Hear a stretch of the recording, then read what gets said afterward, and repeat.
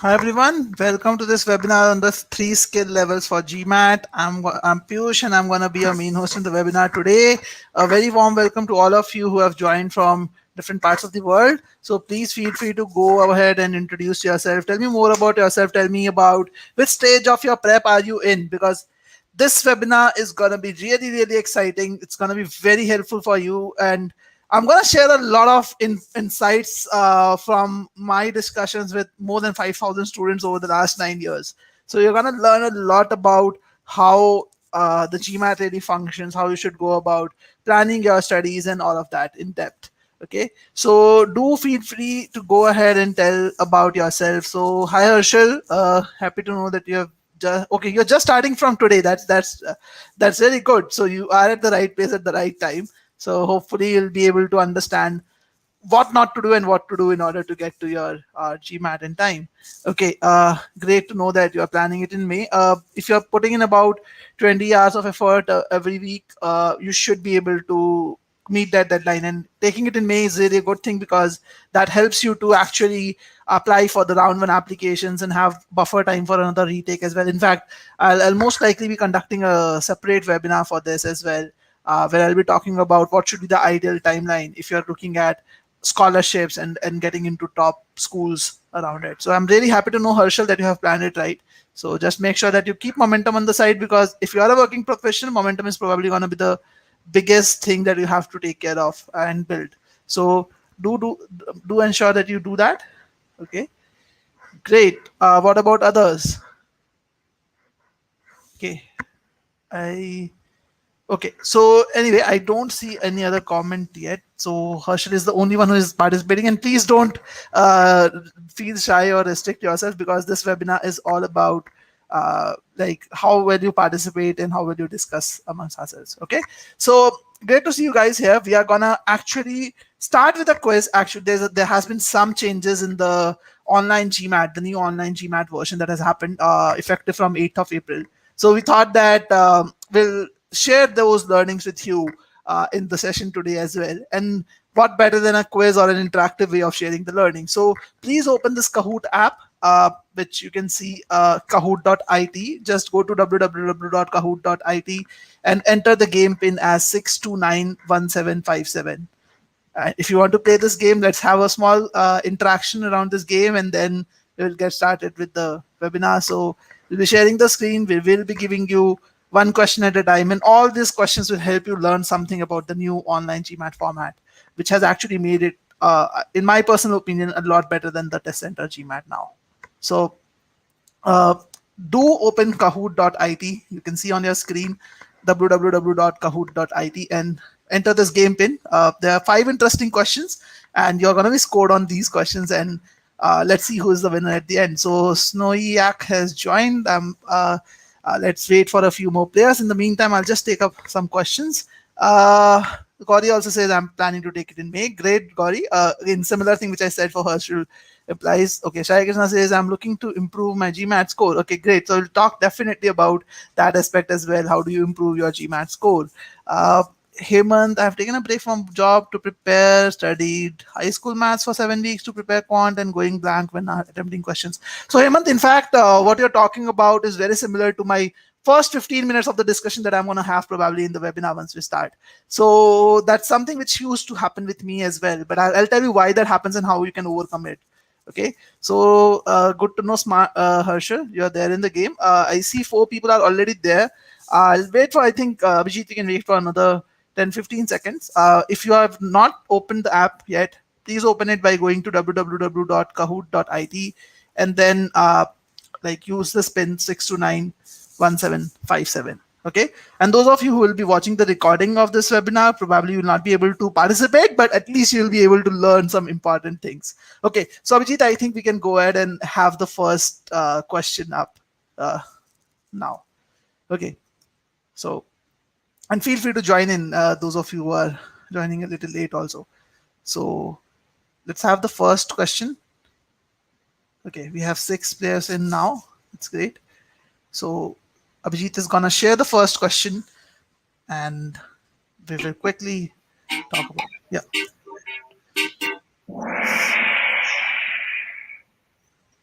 Okay. So, yep. Again, how many sections are there in the new online GMAT? I'm talking about the option, like the new option which starts from 8th April onwards, and you have 20 seconds to answer this question. Time is going out fast. So let's see, two, three, four, or five. By section, it means quant, verbal, etc. So how many sections are there in the new GMAT format? And okay, three people have answered. Okay, I'm really, really happy to see that a good number of you got it right. There are four sections. The new GMAT format, online GMAT format, has included AWA also from 8th April onwards. Earlier, AWA was not a part of the online GMAT. You only had IR, Quant, and Verbal. So they have added AWA, keeping it par with the test center format. Okay, so great job. A couple of you have gotten it right. Let's move to the next question, guys. Let's look at the next one.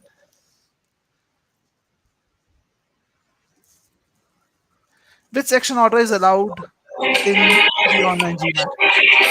You have different options in front of you. Which section orders are allowed? And you have the section orders in front of you. Let's see. Okay.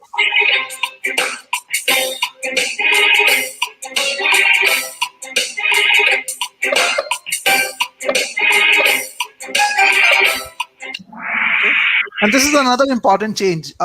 So I'm again happy to see three of you know that now onwards, from 8th April onwards, basically, you can actually choose any of the section orders which are available in the test center. Earlier, only option one was available, which is quant, followed by verbal, followed by IR and NWA. That was, in my opinion, the biggest drawback that the online GMAT had, because people who are not so good at verbal had to start with actually your had to start with the quant section, and if you're weak at verbal, probably starting with verbal makes more sense. So now you have the option of choosing it. Okay, so let's move to the next one. So Gentle Elephant is the best, is leading the scoreboard right now. Let's move to the next question, Abhijit.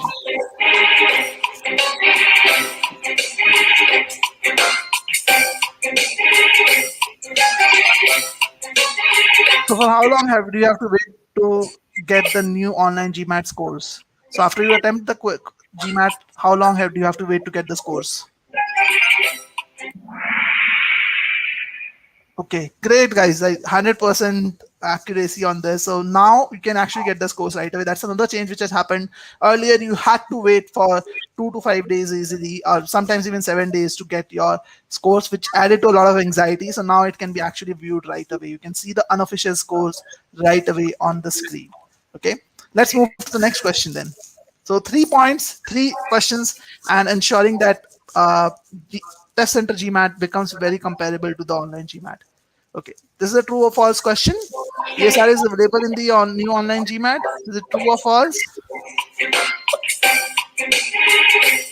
the ESR available in the new online GMAT? ESR is the enhanced score report. Those of you who don't know it, it gives you details about how you performed in the test, breakdown, difficulty levels, and other things. Okay. Okay, so most of you have gotten it incorrect. So this thing hasn't changed at all. So earlier also online GMAT did not provide a ESR. Now also in the online GMAT you cannot order an ESR. So that's one major difference which is there still between the two tests. But I don't think that's a very, very significant difference. So in my personal opinion, you can actually go and choose any one of the two formats. If you're someone who feels better at taking it from the comfort of your home, you should probably go for the online GMAT. But if you're someone who likes to go out, like can perform better in the test center and would like to have an ESR, probably the test center format will suit you better. But now they're very, very comparable to each other. And we have one last question, not pertaining to the online GMAT, but in general related to your GMAT algorithm understanding. Let's see if you're able to answer this one as well. So let's go to the next question, Vijit now. Okay, so let's use leading the scoreboard. Still, Gentle Elephant is number one, but the people who are moving up, the first three positions are pretty tight. Let's see how. This is a tough one, by the way. So let's see who gets it right. How many scored questions are there in the quant section?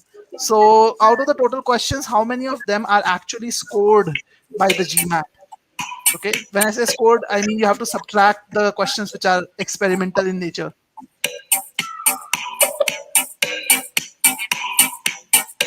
This is probably the toughest question in the lot. So only 4 responses to this. I still see a couple of you have gotten it right. That's great. So out of 31 questions in quant, there are 28 questions which are scored. Okay, there are only 31 questions in quant. I don't know why someone marked 32 as the answer. That was just a trick choice. But good to see that couple of you know this. So let's see the leaderboard and let's see who has actually won this quiz. Again, just an informational quiz for fun to help you guys learn something new about the online format and other things. Okay, so congrats, Zenny Hawk, for being third. Okay, so Gentle Elephant finally got beaten, and as I said, like it was very close call the top 3 positions. So really great, guys. Thank you, Abhijit, for this quiz. Again, just a small initiative from our side to help you learn something fun through a small interaction. Okay, so I'll just get started with the webinar today. Again, so a quick introduction about me, those of you who don't know me. I'm Piyush and I'm going to be the main host in the webinar today. I represent GMAT as of now, but I'm just telling you a little about my background. So I have about 9 years of experience in the education space now. I've helped multiple students, but before that, I was a student myself. And I do not come from an IIT or an SRCC. I was a pretty, I won't say very average, but again, I was not the best of the best minds in the world. I never scored 100 in quant or scores in my 10th or 12th. I was a very average student. In fact, I was when I was preparing for the GMAT, my quant performance was still better. I was able to get a good score there. But even after 7 months of preparation, I actually prepared for CAT first and then for GMAT. I prepared for CAT about 7 months full time. And even after that, when I actually took the very first GMAT verbal test, my score was just 13%. Just 13%. I was that bad. And I actually struggled big time for verbal. Big time. In fact, my scores used to fluctuate somewhere between 25 and 70% on any given day. On some days, I was getting a 70%, some days I get a 725%. And from there, I could actually improve my score to a verbal 41, which is 93 percentile in the very first attempt with an overall score of 740. I know 740 is not that great. But again, for me, for someone like me who started with a 13% in verbal, it was a big achievement to me that I could actually improve.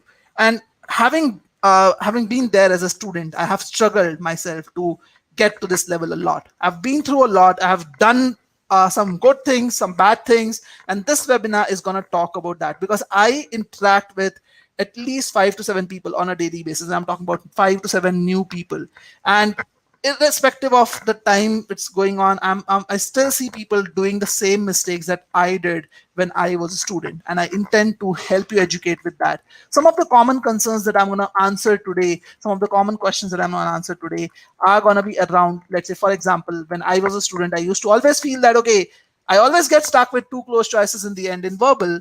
What is the solution to that? And feel free to tell me if you have any other concerns in your mind which is probably there on the screen or not there on the screen. I'll definitely love to take them up. So please feel free to tell me in the comments here if you have any other concerns in mind.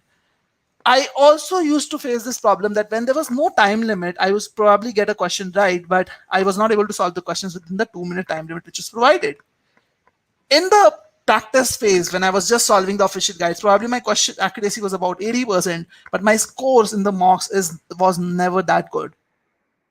And I studied everything, but was still not able to cross that barrier.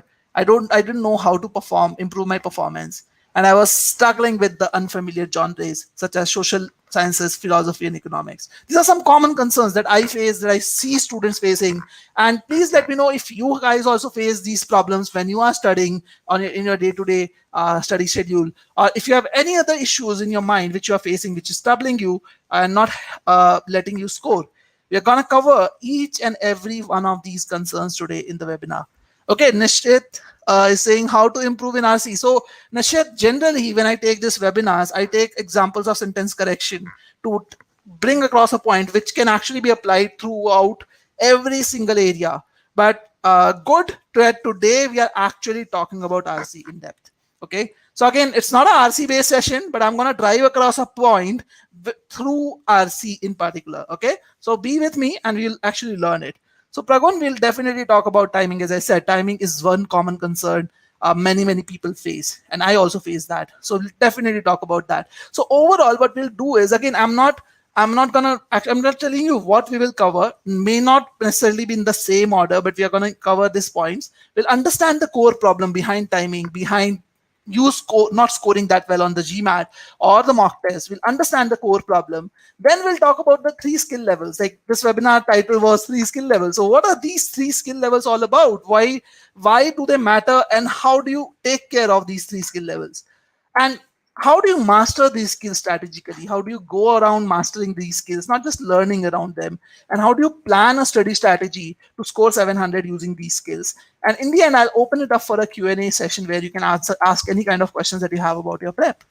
Okay, so it's very, very important that we take care of all these things. And a very quick announcement before I start with this part. As part of GMAT Wiz, we have recently started this webinar series, which is going on, which is a 10-week long webinar series. In this series, we are going to take up 20 different webinars on 20 different topics with one single goal to help you boost your GMAT score. So I see many people asking that, okay, I'm struggling with SC or I'm struggling with CR. What do I do about it? How do I improve my score over there? So again, in this webinar, I may not be able to cover all of it, but if you want to actually know about the other things, you can actually join in this webinar series. I'm going to quickly share the link to register. This is a free webinar series. We're not charging anything for this. So feel free to fill this form to receive invites and communications around this webinar series. And we will be covering 20 different topics. It has already started a couple of weeks back, but you have only missed the 4 topics and we are just showing you 10 topics. I'm just showing the first 10 topics. There are 10 more topics that we are going to cover after this. So yesterday we had this webinar on verb tenses. This week on Saturday, we are covering a topic on art of picking numbers. How do you pick numbers to solve questions? And then we'll talk about GMAT test taking strategies, timing strategies in the algorithm. We have webinars on CR. We have webinars on different aspects overall in this webinar series. So do participate in this webinar series if you want to learn more about it. Okay, so let's quickly move on to the agenda then. Okay, so before we get into the 3 skill levels, what is a general strategy that students follow when they start their prep? Okay, and this is very common. I want to hear from you. Harshal again said he started today. I'm sure a good number of you would have also started in recent times. So how did you go about starting your prep? I would like to hear from you guys. How did you go about starting your prep? Can you guys tell me that in the comments here? I would like to hear from all of you. How did you go about starting your prep? Would like to hear from you guys.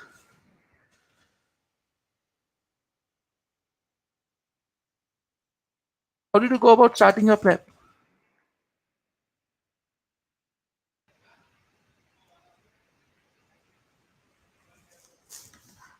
Okay. There is generally a lag in me receiving the responses, so I'll wait for a few seconds. Okay, so I do see some responses. Okay, planning to start with the OG. Herschel says, okay, you're starting today, that's fine.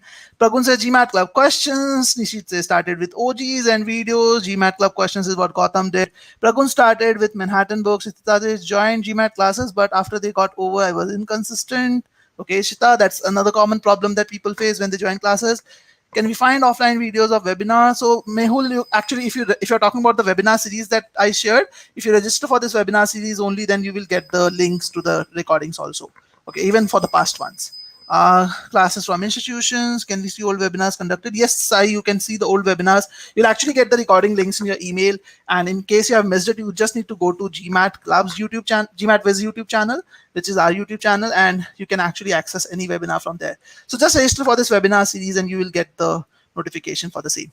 Okay, my verbal is good, but Quant that needs work. I bought Ardishama book, started right from class 6, and yesterday finished class 8 Ardishama book. Okay, good guys. So very, very similar to what I predicted. Again, and this is something which most people do. When I see what is the most common study sequence for students, they generally focus on these 3 aspects in their studies. Number 1, learning concepts. Okay. Number 2, practicing questions. And number 3 is taking tests. These are 3 broad things which people do. Atul also says solving many random questions with no strategy. And the one common thing which is missing, as Atul has mentioned, is there's no clear strategy around it. The general idea is get hold of books and then solve questions followed by mocks, and let's see where we get. And I've actually seen students wasting a lot of their time and energy, 3 months, 4 months, 5 months. And when only the deadlines come near, like round one or round two comes near, they realize that they are so far away from the target that they start looking for the right strategy to improve their scores. But imagine that if you could actually know the right strategies from the very beginning, you could know exactly how to go about doing your prep in a very step by step and organized manner from the very beginning, in a planned manner, what kind of difference that would create in your learning. It will actually make a huge difference. Now, I definitely am going to talk about that plan, but what is wrong with this? A lot of you might be thinking, okay, Piyush, isn't this what we have done since school? Learn concepts or then solve quizzes and solve last 10-year papers and be done with it.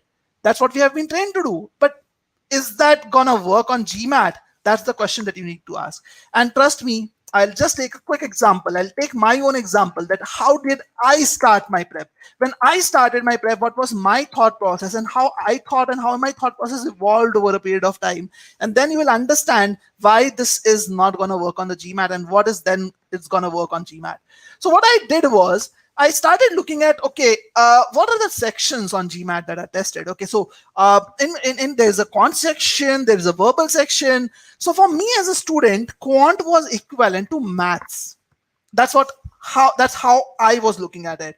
And for me, verbal was equal to English. Now, quant is something, maths was something that I used to like at school. So I knew that, okay, I might be good at it, but I actually was not great at English. I couldn't even speak English properly at that point of time. I couldn't even speak. I used to translate every single word from my mother tongue to English to construct a single sentence. I was really bad at it. So, but verbal to me was English, sentence correction to me was grammar, and reading comprehension to me was reading. Okay. So that's how my thought process was, that, okay, I have to prepare for grammar, I have to read fast, and then I'll be done with English. That's all. So that was my thought process. And please let me know if you guys also think on the same lines or not. Please feel free to let me know in the comments. But when I speak to students who are very fresh in their prep, I see most of them thinking alike. I see most of them thinking exactly like this, that, okay, I have to prepare grammar, I have to do reading. In quant, they think, okay, I have to just learn math. So they go back to schools, old book schools, and like, just read the math skills, like just go through the concepts and practice questions.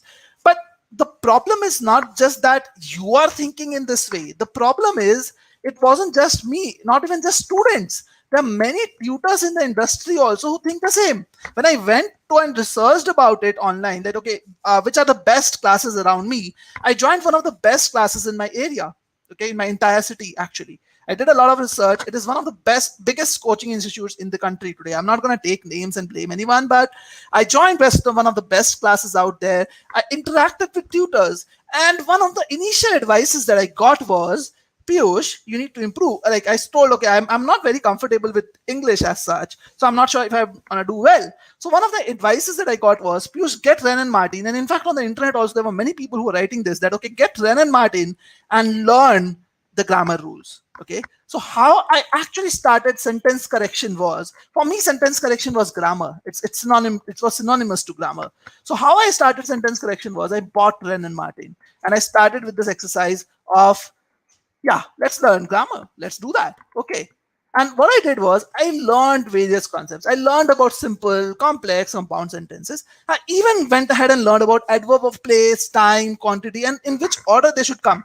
And these are not just topics which I learned in the Ren and Martin. Even in the classroom, when I attended the classes, teachers used to teach these things. And I still remember the adverb class. I was awestruck by it, that, okay, there is a certain order in which I have to place the adverb of place, time, quantity, and quality, and so on.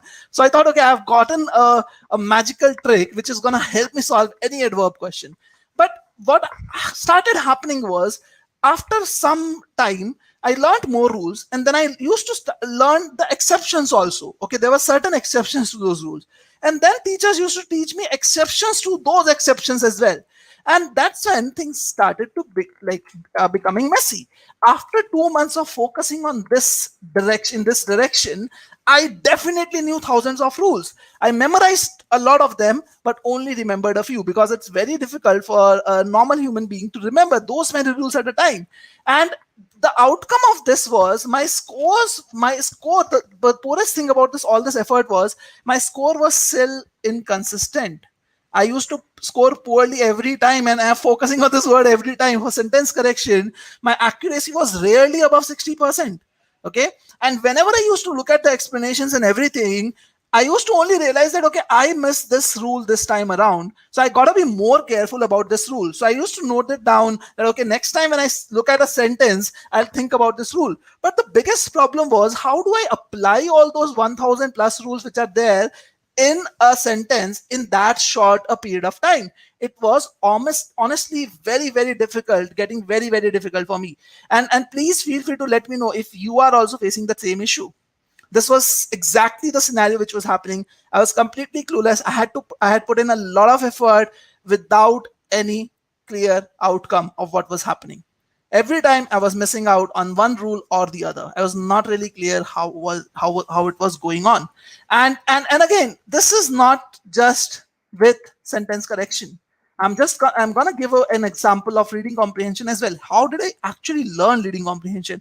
In fact, uh, this was something which is even more weird, to be very honest. At SC, at least there were some rules which I was realizing in the classes which I attended. The first thing which happened was it taught me about the various question types. That, okay, what are main point questions, what are inference questions, what is a detail based questions, what is expected out of these questions, what do you do when you see a main point question? Okay, what is the difference between these things? How do you go about solving each question type? That was the first thing which was taught to me. And then what was done was they used to give us handouts of passages. Okay, a handout had like 4 or 5 odd passages, and they used to give us an hour or like 40 minutes depending on the teacher to solve those passages. And then the teacher used to come and like they used to tell us the explanation that, okay, why A is right, B is wrong, C is wrong, D is wrong, and so on.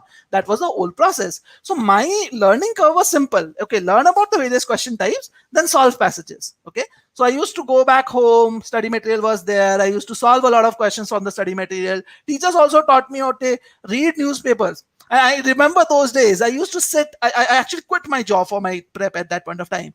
So I used to sit the entire, the morning 1 hour every day. I used to sit with the newspaper, and my objective was to read fast, because tutors told me that you have to actually save time on reading. So you have to build the habit of reading. So my objective was reading fast, reading fast. I even started reading novels. And sometimes I realized that my vocab is a limiting factor. As I said, I used to actually literally translate every single word from my mother tongue to actually communicate in English. So my vocab was not that great. Even today, my vocab is not amazing. So at that point of time, I remember in those very 2 months, along with Ren and Martin, I memorized about 2,000 words. 2,000 words. Can you imagine that? The sheer volume of it. I was that hardworking. Okay, but the worst part was I was not seeing anything happening in real time. I was not able to see any improvement in my scores. I was stuck at step 3. Like, okay, what do I do? How do I improve my performance any further? I'm not seeing any improvement. Okay, it has gone up from 20% to 50%, but it's not moving ahead of it. I'm still confused between the option choices. I'm not sure when I'm marking the answers that I've actually done well on the test or not. It's only when I see the results I get to know, and they're only really, really troubling. So that all was happening with me. So how do I improve? And the common responses which I got from fellow students, from my tutors, was like, okay, Piyush, you seem to be taking a lot of time in the passage. Probably you have to cut down on the time.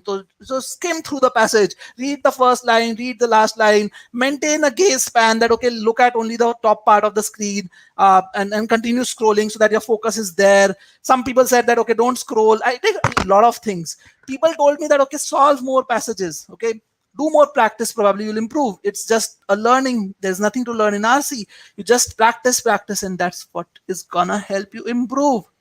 And I'm so sorry. I'm so sorry to say this, and I feel sad about it. I did this for 4 or 5 months more. I tried everything possible, and my score was not improving still. It improved a little, but it was not even close to what it is supposed to be.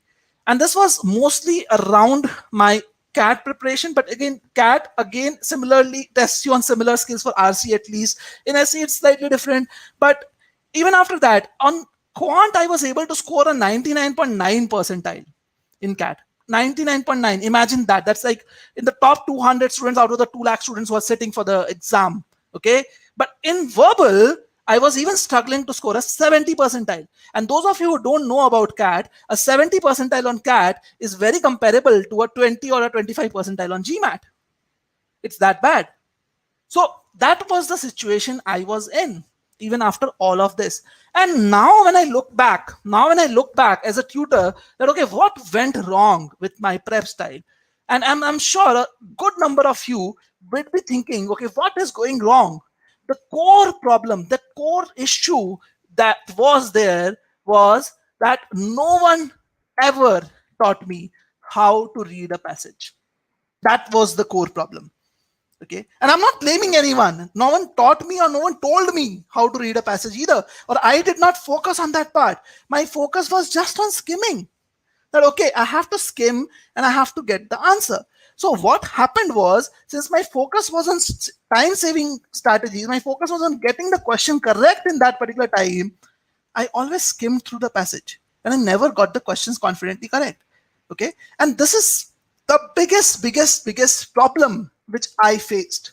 Okay, how many of you are able to relate to this? How many of you are able to make sense out of this? Let me see some responses. I've been speaking at the best possible and with most highest possible enthusiasm I can. But let me see, how are you able to relate to it? I was just trying to just recalling those days, and all of that came to my mind. But are you able to relate to these things? Some people are saying yes, but what about others?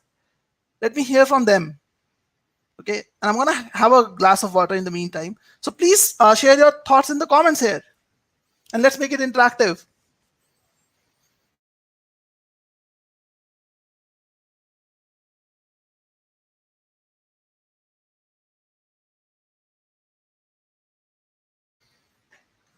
Okay, I think there is a little lag with the responses. Okay, Ishay says same. I can completely relate to is what says Sai. Advik says same. Okay, Hemant says same. Hemant says it's just quant in my case, not verbal. So yeah, so that's one thing which is very prevalent. Trust me, I've interacted with so many students over the years. This is the core problem. People don't understand where they are going wrong. And trust me, if you understand where you go wrong now, it's very easy to work on the outcome. It's very easy to work on the solution. That the biggest problem is actually identifying the core problem. I never realized that I was reading the passages all wrong. And that's what I'm gonna talk about today. And as I said, I'm gonna just take up one section RC, but it's not like it did not happen with me in SC or in CR, and even in quant sometimes it happens on across topics. So I'm going to take up RC as an example. But for those of you who I see some responses, people saying that okay, I understand this is the problem which I'm facing, but for those of you who did not understand this part, I'll just quickly relate an example of quant. That okay, how did I approach quant? So I was preparing for verbal, but I was always preparing for quant as well parallelly. Now, why was quant different, and why was I doing it better on it? Let's see that, and then we'll quickly jump back to RC. Okay, so what I was doing in quant was I used to learn concepts. Okay, so let's take an example. Let's take in equations, for example. So let's say to solve two variables, I learned that if you have to solve two variables, find the values of two variables, you need two equations on the minimum. If you have two equations, two proper simultaneous equations, you will get the answer. However, if you have an additional constant, if there is an additional constant which is provided, sometimes it is possible to solve using one variable as well. That is something as a concept I learned. Okay, but I did not stop there and try to draw a parallel, guys. Okay, in SC also I was learning concepts. I was learning what is the adverb, what is a pronoun, what kind of pronouns are there, reflexive pronouns, okay, whatever relative pronouns, whatever. But the second step was not happening. In quant, I never stopped at learning the concepts. I also learned how to solve the questions. Okay, so again, I want you guys to take a shot at this question. And my objective is not to solve the question. Again, my objective is to mainly help you understand that the importance of right method. Okay, so take a shot at this question. I'm going to give you a couple of minutes to do that, and those who are watching the recording can actually skip the next couple of minutes because other people will just be solving the questions. So you have a couple of minutes. I'm going to be muted for 2 minutes. Solve this question, and then I'm going to tell you how I learned to solve the question. Okay, so all the best, guys. Couple of minutes is what you have.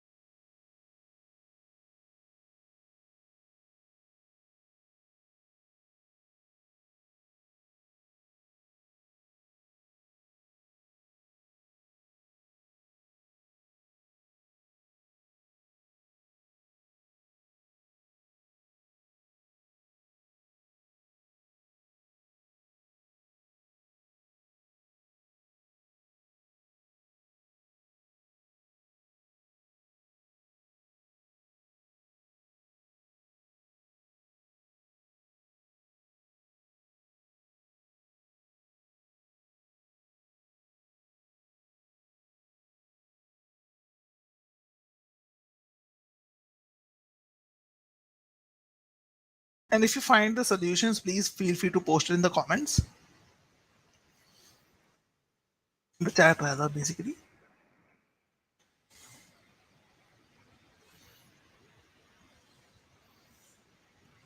And those who have solved it, I'm just sharing a link to create a free personalized study plan. In case you guys are interested, you can click on this link in the chat here. Okay. So another 10 seconds and I'm gonna then start solving this question. But my objective will not be as much on solving, but rather on how I learned to solve. That's more important. Okay. Okay, so I don't see any responses. I'm not sure if you guys have solved this question or not. Ishay says it is C. Nishit says it is C. Okay, let's see what it is. Okay, so I've given enough time. So let's quickly do this question. And as I said, more important than solving the question is to learn. So when I was a student, I remember my tutor told me this, he taught me this concepts. But right after that, he also taught me how to solve. Okay, how to apply it. So what I learned was when there is when you have a single equation in front of you, the first thing you need to do is find one set of values that fits the equation, just one set of values. If you find one set of values, finding the other ones is a very methodical process. That's what I was told. Now, how do I find one set of values? One easiest method that was taught to me was try to take one variable on the left and one variable on the right side. And you know that this is a multiple of 3, 3y. Obviously, 3y is a multiple of 3. So this number has to be a multiple of 3 as well. So try writing it in form of multiples of 3. For example, you can write it like 75 plus 1 minus 6x minus x, like this. Okay, so this is what is the value of 3y. Okay, so I know 75 minus 6x is gonna be a multiple of 3 for sure, because x and y are positive integers. It is known to me. Okay, so 75 minus 6x is definitely a multiple of 3, and then I can write this 1 plus x, or I open the bracket, minus gets plus, so 1 plus x. So this has to be a multiple of 3 as well. So one possible value of y could be 2, because 1 plus 2 is 3, which is a multiple of 3. So if I place the value of y as 2 in the equation, I can actually get a value of x as 2 in the equation. I can get a value for y as well. So y in this case will be 22. Okay, so that's how you find one set of solutions. Okay, that was the step told to me. So step 1, remember, step 1 is to find one set of solutions, this one. Okay, then the step 2 was that, okay, once you have found the one set of solutions, finding the other ones is very easy. What you need to do is increase this value, the value of one variable, by the coefficient of the another. So increase 2 by 5. 2 by 3, so it becomes 5, and at the same time decrease the value of the other variable by the coefficient of the first one. Okay, so decrease 22 by 5 and make it 17. And if you try to fit this as well in the equation, that should also get you the outcome. Okay, you can try doing that and you will find that 5 and 17 also satisfy the equation. Now you have to increase one and decrease another, because we are talking about a sum and the sum is constant. Okay, so if you increase one value and decrease another one, the sum remains constant, but the sign is negative, then you have to increase both or decrease both. Again, I'm not gonna get into depth of it, but this is how we will start. That step 2 is to increase and decrease the values. So let's continue doing that. So I can again increase 5 by 3 to get 8. I can again decrease 17 by 5 to get the value of 12. Okay, 8 and 12 will also satisfy. I can continue doing this. 11, 7, then 14 and 2. This should also satisfy. But if I continue doing this any further, I will actually reach 17, but over here I'll get to minus 3. And I know that x and y are positive integers, so this value is not possible. So how many values of x are possible? If you count it out, these are 5 values which are possible. Okay, now again, I'm not going to entertain a lot around the doubts on this question. Not that I don't want to explain it, but it's just that our objective is to do something else. So what I'm trying to tell you over here is, in quant, I learned the concepts. So if you remember, these are the concepts I learned. Okay, then I also learned the method that, okay, step 1 this, step 2 this, and you get the answer. And I never struggled in between two choices because I understood the concepts and the methodology as well. However, in verbal, that's not what I used to do. I only learned the concepts. Okay, what is the individual question type? What is it? What are the various concepts that are there? What are the rules which are there? But never really learned the methodology. My methodology was all shortcut driven. That okay, read fast, solve the questions quickly, and that's where the problem started. And as I said, I'm going to get back to verbal once again, to reading comprehension. And there's no better way to learn than to actually solve a question in real time. So I'm going to solve one RC passage today, and I've taken an official one, a trimmed version of it, not the entire one, a trimmed version of it. And I'm giving you one question to solve only along with it. Okay, so I'm going to share the passage in front of you on the screen along with the question. In case it is too tiny to read, I'm also gonna share a PDF file link with you. If you guys want to read it, like look at it in a bigger screen format, then you can actually and open the PDF at your end and go through it yourself. And please don't put the response in the comments or the chat unless I ask you to do so. So please hold on to your responses. And I want you to solve this question. I'm gonna give you about 5 to 6 minutes time, and those of you who are going to watch this recording can actually use this link and actually move forward 5 6 minutes in the video to get to the question solution. And what I want you to do is I want you to like hold on to your responses as I said in the chat, and once you have solved it, then I will be solving it and I will ask you to see compare your method vis-a-vis my method. Okay, so here is the link on the chat. If you want to download it, you can download it. If you want to see it directly over here, you can see the question over here. I'm making it in full screen so you can view the question. If you're not able to see the question, it's too tiny for you, you're using your mobile, you can actually click on the link which is there in the chat. Okay, so the link is there in the chat. I'm just flashing it for once. This is the link, guys. Click on it from the chat and you can actually solve this question. So I'm going to be muted for about 5 minutes and then we're going to look at this question ourselves. Okay, so all the best. Don't put your responses in the chat. As I said, I'll ask you to put it, then only put it. All the best, guys. And I'll be muted in this duration.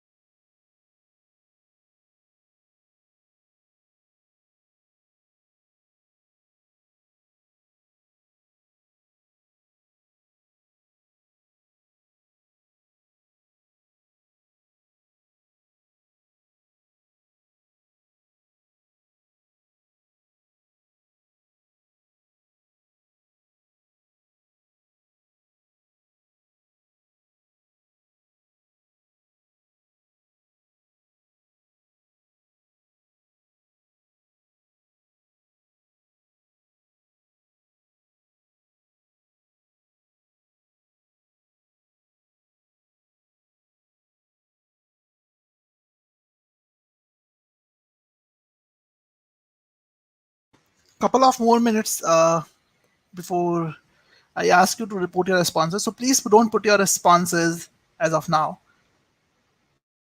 And I'm going to be muted in the next couple of minutes as well.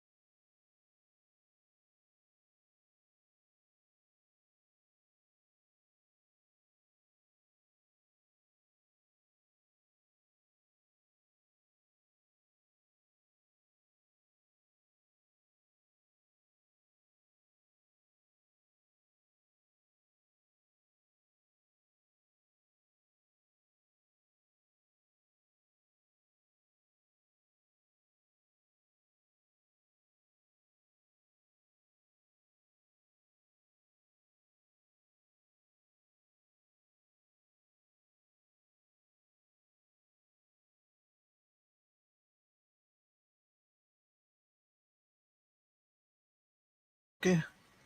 Now you guys can start posting your responses if you want to. I'll give you 1 minute to share your answers.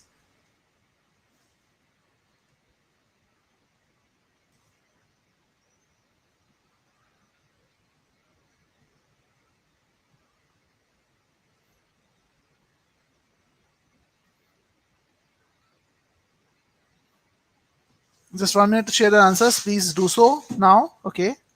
Thank you, Prakhar, Sai, Ishita. Let's wait for a few more responses.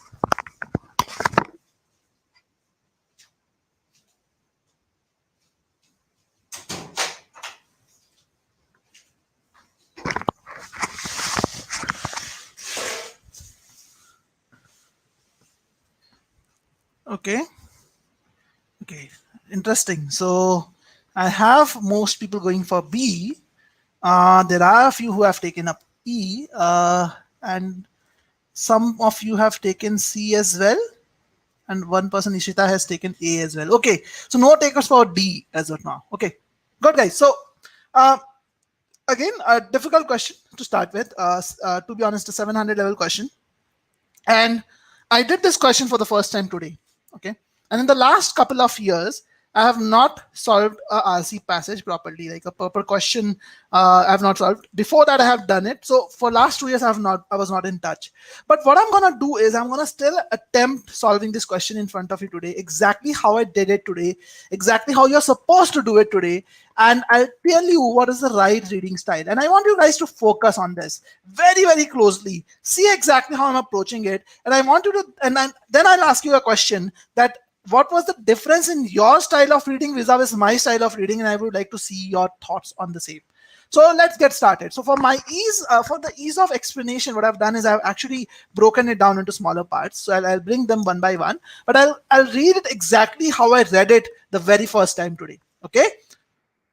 It is an odd but indisputable fact. Okay, so I know I'm going to talk about a fact. This fact is odd. Odd as in it is definitely something which you are not supposed to see. It's odd, but at the same time, it is indisputable. One more thing which I know, that this is the author's opinion. Again, in RC, it is very important for you to understand what is the author's opinion and what is the third party opinion, or just a fact that is presenting. You need to clearly steer yourself in the direction where the author is trying to steer the discussion, because most of the questions, in fact the question that we are going to solve today also, this question is also about the author's intent. So most of the questions are around the author's intent. So understand that author is saying that it is an odd but an indisputable fact. Indisputable means you cannot really question it. It's kind of indisputable. Okay, that's the idea. What is that fact? I don't know. But it's for sure that I'm going to hear something odd. So let me keep my tabs open for it. Let's read further. That the 17th century English women. Okay, so this fact is about the 17th century English women. Let's read further.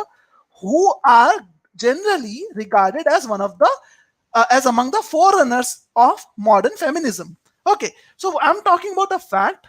This fact is about 17th century English women, but not just general English women, but English women who are generally regarded as the forerunners of modern feminism. So these were clearly early adopters of feminism. Okay, so what is the fact all about? So this is just about the English women. I can ignore this fact if I want to.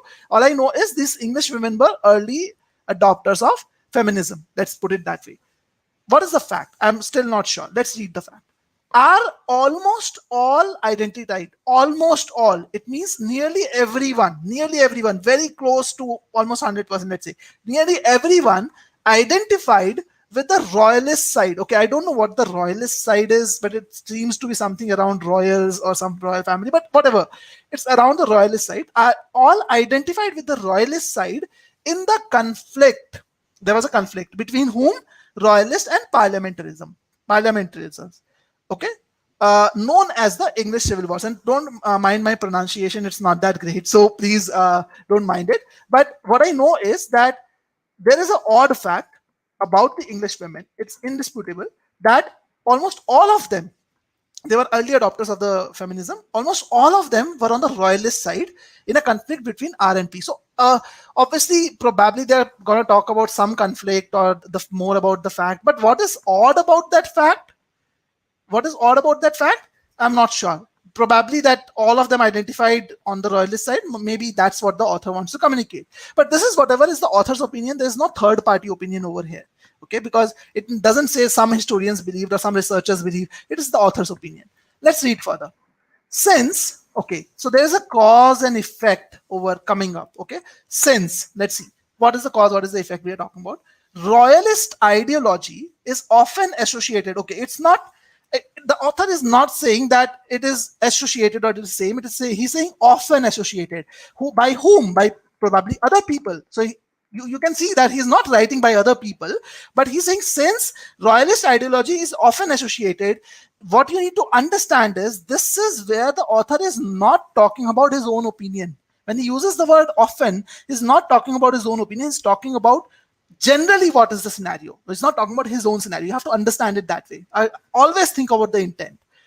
Associated with what? With the radical patriarchalism of 17th century political theorist Robert Filmer. Okay, so this royalist ideology was often associated by others with radical patriarchalism of this theorist. Okay, let me call him RF, whatever. So it was generally associated with patriarchalism.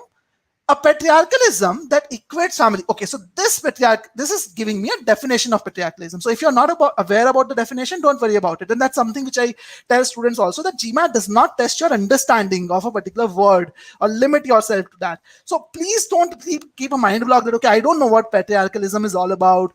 So what's going to happen? They will generally give you context if it is needed to do so. So probably the context is coming up. Let's read and understand that context. A patriarchalism that equates family and kingdom, okay, and asserts the divinely ordained absolute power of the king. Okay, so it equates family and kingdom, and it also asserts about the power of the king, and by analogy, the male head of the household. Okay, so we're talking about the king, not the queen over here. So what it says is that it equates the family and kingdom. So just like a king rules a kingdom, and generally the king is a male, they equate family and kingdom. So a family should also be ruled by the male head of the household. That's what patriarchalism is. So the author says that, again, this is the definition of patriarchalism. So I can ignore this from my understanding of the sentence because the sentence is pretty long. So in simple terms, the author says, since royalist ideology is generally associated, or often by other people are associated with patriarchalism of some author, historians have, so this is the cause, okay, that some people associate patriarchalism with the royalist ideology. Because of this, historians have understandably puzzled. So he's saying that the puzzling part is understandable. Okay, you have to focus on the word understandable. He has understandably puzzled. So he's saying that this is where the author's opinion is coming in. So he's saying that the researcher, historians puzzling about something is understandable. Let's read what are they puzzled about. By the fact that royalist women, okay, what is the fact that royalist women wrote the earliest extended criticism of the absolute subordination of women. Okay, so this is going against, basically they say that it is, the historians are puzzled by the fact that royalist women were criticizing the absolute subordination of women in marriage and earliest systematic assertions of women rational and equality with men. So the entire thing is about that. What is the author trying to do with this sentence?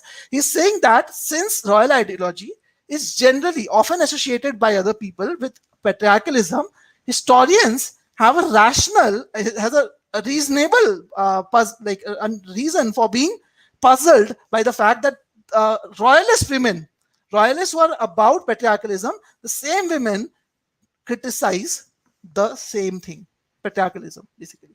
That's what it tells us. So the objective of the sentence is to establish a contrast that even though royalists seems to be associated with patriarchalism, what puzzles historians is that the fact that royalist women were the biggest criticizers of the same. So that's what he's trying to do with this passage, this line. Let's read the next line. Some historians have questioned. Okay, some historians, again, remember, he's not talking about his opinion yet. He's saying some historians have questioned. He's not saying he's not saying that he is also questioning. Some historians have questioned the facile equation. Again, honestly speaking, when I read this sentence, I did not know the meaning of facile at all. I have no idea about the meaning of this word. But still, I will not block my mind. I'll look at the context. Have questioned the equation of royalist ideology with Filmarian patriarchalism. So Filmer is again the same guy that we were talking about over here. So what he's saying is some historians, not him, some historians have actually questioned this equation. And we have seen earlier in the passage that the author was talking about other people often relating this ideology with patriarchalism. So facile should be about similar or mean something around that. So what he's saying right now is that some historians have questioned this, that okay, whether they are actually comparable or not, like royalist ideology and Filmarian patriarchalism, whether they are associated or not. He's saying that some people have done that. Let's read further. And indeed, the moment we read indeed, we know that this is again the author's opinion. This is something that he's writing himself. He's presenting his opinion now. And when I say indeed, I know that he's trying to stress on something. He's trying to probably agree or stress on something. That's when we use the word indeed. Okay. There may have been no consistent differences, okay, between royalists and parliamentarians on issue of family organization and women's political rights. So what he's saying is that indeed there are no differences between royalists and parliamentarians. So what he's saying is that historians have questioned the royalist ideology, association of that with patriarchalism, because what has happened, you have to understand it this way, that earlier they are stating that royalist women were against patriarchalism. They were getting feminism towards feminism. So some historians questioned actually whether there is a relation between patriarchalism and royalist ideology or not. And then he is presenting a fact that there is no difference, no consistent difference between royalists and parliamentarians in terms of family organization. But now the moment you read this word but, you understand that there is a contrast which the author is trying to put. But in that case, but if that was the case, if royalists and parliamentarism were similar in respect to the family organization and women political rights, one would expect early feminists to be equally divided between the two. That's what everyone will expect. So what he's trying to do now is he's trying to tell us that there is a paradox which is here, that royalists, even though there is a focus on patriarchalism, there is an association with patriarchalism, the general scenario is almost all women who were early adopters of feminism were royalists. So that's what the author is trying to do. So in this entire paragraph, there is a paradox being presented. Okay. Now, what do you guys see as the difference between the way I read it and the way you guys read it? I just want to see exactly, before I get to solve the question. What is the change? What is the difference in the method that you guys are seeing? Again, I've put in a lot of effort on this, a lot of time on this, but I just want to see what is the difference that you guys found. I want to hear from you guys. And please, I will request all of you to respond to this, whatever difference you guys felt. And please be brutally honest with me. If you feel it's too time consuming, also let me know that. I will be very happy. I'll happily accept that as a fact. But whatever difference you found, whatever learnings you had, or any difference that you found, please let me know that. I'll be happy with that. Okay, still I think you guys are typing your responses, or there might be a little bit of a lag. So I'll wait to hear from you, because I want to see exactly whether you're able to understand the difference or not. Because you're not able to understand the difference, the entire exercise is waste. Okay. I have a response from Mughal. He says, you have broken down the passage in a way that you can understand it better. Okay. Good, Mughal. What about other? That's exactly what I have done. Anything else? Anyone else? What do you think? What is any other difference that you guys saw? Okay, and let me tell you guys, none of you got the question right. The correct answer for this question is choice D. None of you got it right. I'm gonna talk about the answer also, but I want to see exactly what was the difference. Okay, Atul says inferred each sentence with author's intent, right? Good. Great to see that, Atul, you were able to understand that. That's the entire objective. The approach and saying it's a paradox, it completely missed by me. Okay, good, Sai. Happy to see that. Rather than dissecting the whole paragraph, I just read the text 3-4 times, went with the feel for it, Prakhar. Prakhar, you have been very, very honest. Trust me, that's exactly what I used to do. This is a very dense passage. Trust me, very dense passage. If I had been the old self, as in the old Piyush who was struggling, I would have definitely read this passage 3 or 4 times. And I would have ended up marking with something which I feel is the right one, not logically what is the right one. And please tell me how many of you were confident when you were marking the answer. Okay. Ratul also says that I was skimming through the passage history. You calmly, line by line, and simplified the complex thing. So if you focused, my entire objective was understanding the intent. I was not focused on what is written. I was focused on the intent of the author. And can any one of you guess how much time I took when I read this para for the first time today? When I say first time, I mean this, just like this. I was explaining it to you right now. So I had to explain everything. Okay. I was explaining everything right now. That's why I have to explain in depth. But when I was doing it myself, the same level of analysis when I was doing myself, when I was reading the passage. And can anyone tell me how much time did I spend on the para, on this para? No, Sai. I'm not that fast, yeah. Not 1.5 minutes. Okay. Mughal, I'm definitely gonna answer your question. That's the exact that's there in the next to next slide. That's the concern that I had also when I was learning this method. Okay, Nishit did not focus on keywords. Can you tell me how to identify those? Nishit, I'm gonna tell you that as well. Don't worry. It's all covered in the webinar. So I'm not gonna just hang you with some thoughts in your mind and not give answers to it. I won't do that. I'll be answering every question. So don't worry about that. Okay. So honestly speaking, I took 3 minutes to read this paragraph. And one thing was, I read some lines once or twice also, or sometimes, but one line I remember I had to read thrice as well. But it was never like this, that I read the entire thing once in 40 seconds and then I read through the entire thing once again. Not like that. It was just exactly the way I read. Whenever I was stopping at small places. If I did not understand what was there written over here, I read that part again. And I only moved forward once I contextualized it properly. And I took about 3.5 minutes, like somewhere between that, like not more than 3.5 and not less than 3. And that too, because I was doing it after 2 years. If I would have done it earlier, like when I was in practice also, I would have still done it in 2.5 to 3 minutes. It will not be much shorter than that. It won't be 1.5 minutes. What I'm trying to say here is my reading speed is not as good as yours is. Or when I was like in the earlier phase of my prep, I used to read very fast because my focus was very on the wrong things. My focus was on reading, not on comprehending. In simplest terms, your focus should be on understanding, contextualizing, processing the information that you are reading, not just on reading. Okay, mark this out. So Prakhar, I'm gonna show you the choices. Don't worry, that's our next slide. And I wanted to ensure that all of you have gotten this point clearly, that the idea is to basically understand things better. Okay, now I want you again. I should have actually done this earlier. I should have asked you to, if you want to change your answer now with this understanding. But now that I've actually given you the right answer, you probably know that D is what you're looking for. But let me explain why each of them is incorrect. And in fact, most of you marked B and E. So we'll focus more on that. But again, remember, my objective is not this question, because this question is going to come on GMAT. Another question is going to come on GMAT. You need to learn how to do it. Okay, let's see. And again, I always focus on the options also. So it's not like I read through the options quickly or do that. Okay, what is the author of the paragraph refers to Robert Filmer primarily in order to do what? So I'm gonna take off my video from the screen so that you can focus on the screen over here.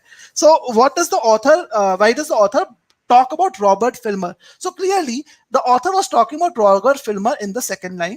And if you recall, in the second line, we actually wrote down properly that the idea of the author was to bring about this contrast that since royal ideology is often associated, again, it's not his opinion, this is something which other people do, often associated with patriarchalism, historians have understandably puzzled, and this understandably tells me that he kind of agrees with it. So what he's trying to communicate here is, since the patriarchalism is associated mostly with royalist ideology, it is puzzling. The historians were puzzled to see that royalist women are generally criticizers of the same is very visible. So he wants to bring about this contrast. He wants to bring about this contrast in the picture over here. That's the main intent, and that's kind of thinking that you need to have even before you're looking for the option choices. Okay, so let's see the option choices. Option A: show that royalist ideology was somewhat more radical than most historians appear to realize. Now, he is not trying to show that royalist ideology was more radical. Okay, when I say more radical, I need to compare it with something that is something which the author is not trying to do. He's just saying that it's as often associated with radical patriarchalism. He's not saying whether it is more radical than most historians have realized. And if you will fall for this trap if you are just picking words. If you're just looking at words and you have not understood it at all, you will definitely fall for this option. And honestly speaking, on GMAT Club, when I saw the data for this question, more people actually marked option B as the correct answer than D, which was the correct answer. And a lot of people went for A and C as well. So a lot of people make this mistake because they don't understand what is written. Let's go for option D. Qualify the claim. Okay, what does qualify the claim means? Qualify the claim means he wants to restrict or put some restrictions to the claim, like make it qualified that patriarchalism formed the basis of royalist ideology. That's not the objective. That's not the intent. He's saying that he's saying that it's often associated, but he's not saying that he's associating it. He's not trying to qualify that claim. The intent is to ensure that he's talking about that contrast, the tension between the royalist ideology and the idea of those feminists, the early feminists which were there. Oh, and that is what I see in option D, sorry.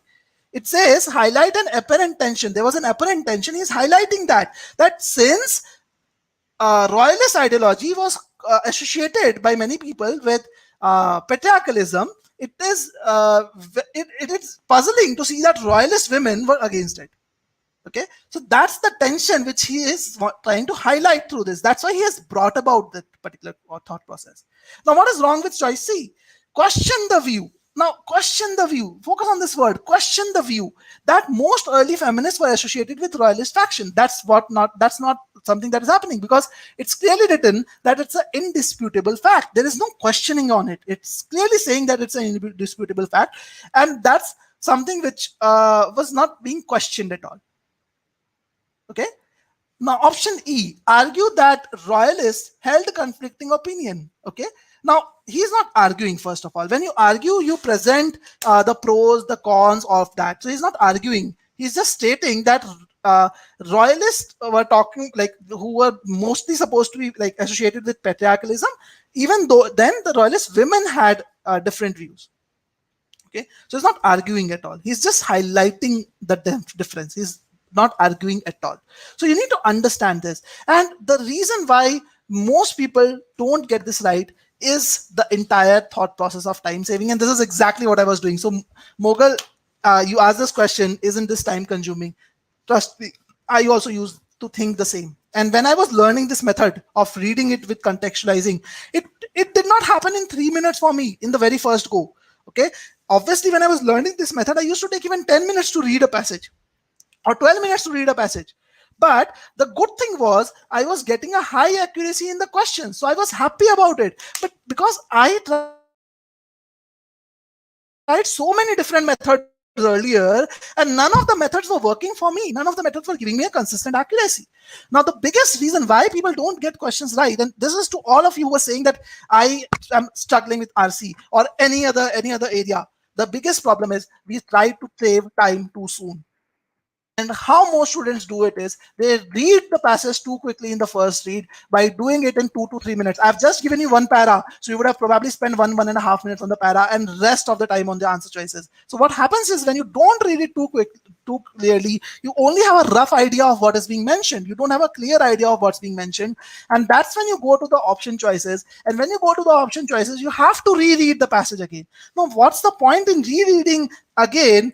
And saving the time initially? There's no benefit of doing that. If you have to reread, rather do it right the first time, so that you reduce the time over there. And the worst part about the rereading is you end up consuming a lot more time. You end up consuming 1.5 minutes or 2 minutes per question. In fact, for this RC passage, which is a tough 700 level RC passage, you will take 2 minutes per question if you go by this methodology, and you will get the questions wrong as well. So overall, if you see, your time for this passage would be about 9 to 11 minutes. Otherwise, you will just randomly mark it. But when I was solving this question today, and I didn't just look at this paragraph, okay?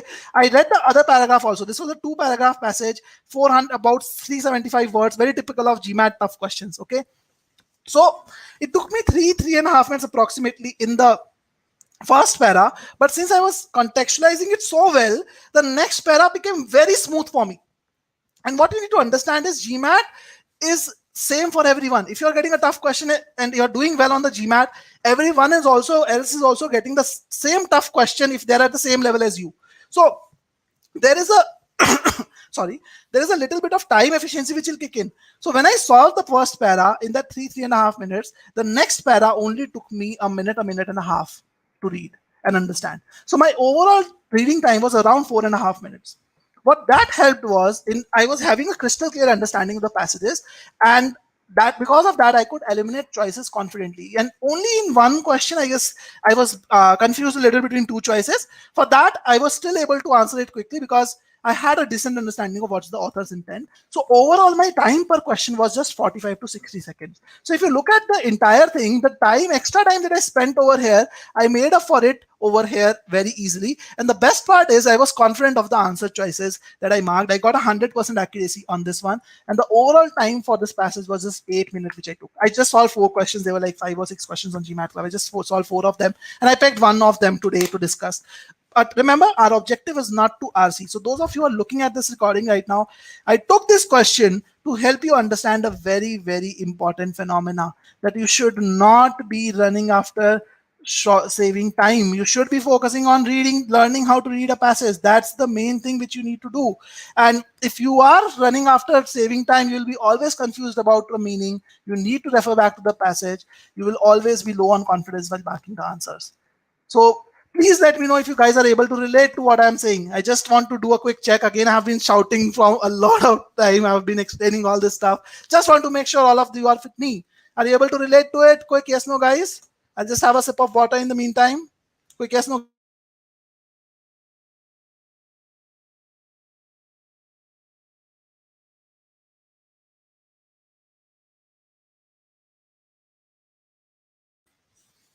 Okay. Okay. Yes, says Ratul. Makes perfect sense, says Mughal. 110% says Herschel. Great. So happy to see that, guys. And trust me, when I actually learned how to read the passage, I was like, oh my God, why did I waste so much of my time and energy in not doing this? This definitely makes sense. And you won't believe, guys, what I'm gonna say next. You'll probably not even believe this. You'll say, Piyush, what you are saying is not true. How can it happen? I'll tell you. In my first part of the prep, when I scored that around that 70% on CAT, and even in the earlier part of my GMAT prep, I solved at least, if not more, at least 2000 different RC questions. Many RC passages, read newspapers, did everything possible. My score was not good. I was never consistent. Before my GMAT attempt, 1 month before my GMAT attempt, let me put it that way. 1 month before my GMAT attempt, in that last 1 month, the total number of RC questions that I solved was even less than 20. Probably I solved only 3 or 4 passages. Okay. I went ahead, took the GMAT, scored a 41 in verbal. Even I retook the CAT after some time. And in the entire year before, when I retook the CAT, I did not solve a single RC question. And this time when I retook the CAT, I had a 97 percentile in verbal. And I only solved RC questions there. That's the kind of difference it creates. If you start contextualizing, there's nothing to learn in RC other than contextualizing and focusing on the author's intent. Because the reason for that is 85% questions on GMAT are inferential in nature. They are always going to ask you what is the author's opinion.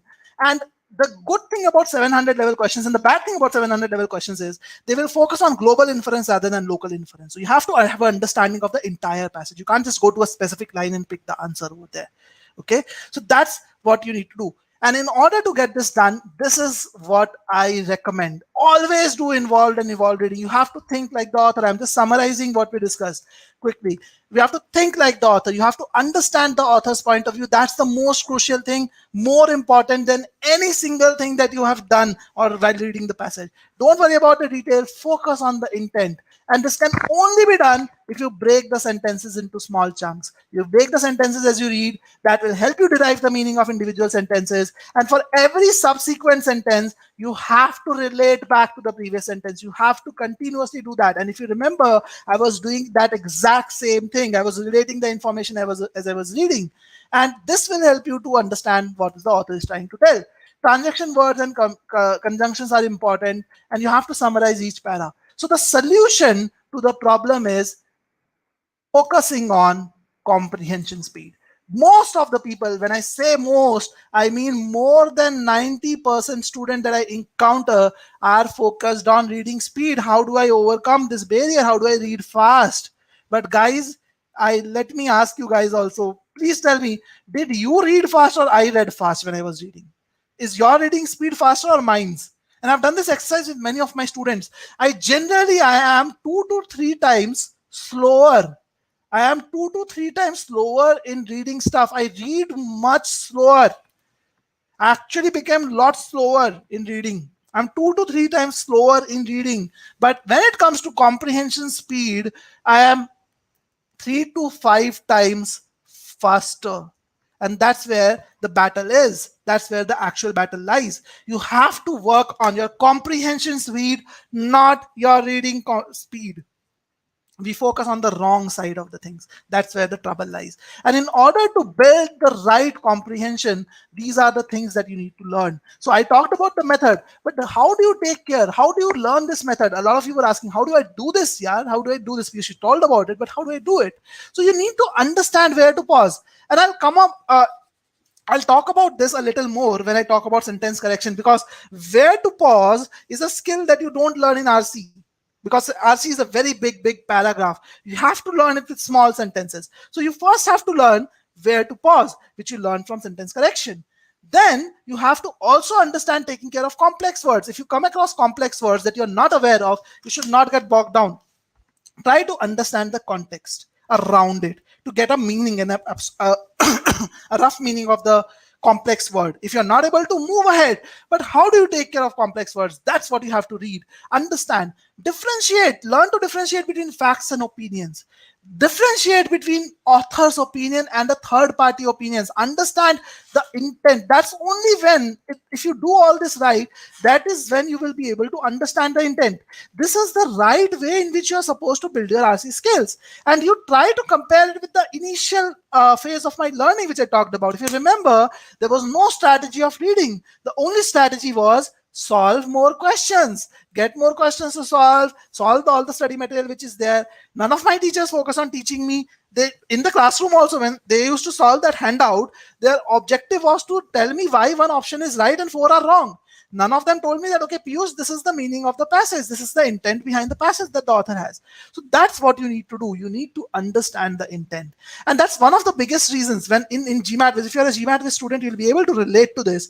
In GMAT Viz, in reading comprehension, before we start, at all with main point or inference questions, we have around 9 hours of lessons. 9 hours of lessons are dedicated to just teaching you how to read a passage. And this is something I actually did. I asked the entire team that was working on the course to create, because we know that students don't get to learn how to read a passage. No one tells you that in depth. And you can see there is 9 hours of lesson focused on this.